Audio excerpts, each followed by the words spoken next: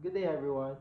I am Kurt Devesa Villanosa, 21 years of age, third year student of CIT University, taking up bachelor's in public administration. So, my hobbies are playing sports like basketball, badminton, tennis, billiards, and others. And I also love playing board games and also online games. So, why do I chose CIT?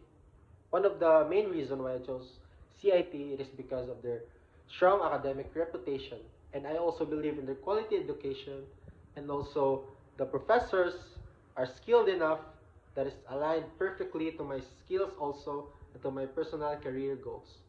And one fun fact about me is that I am an SK counselor of our barangay, and I really love serving the people, serving the youths, and also that's all. That's all. Thank you and have a nice day.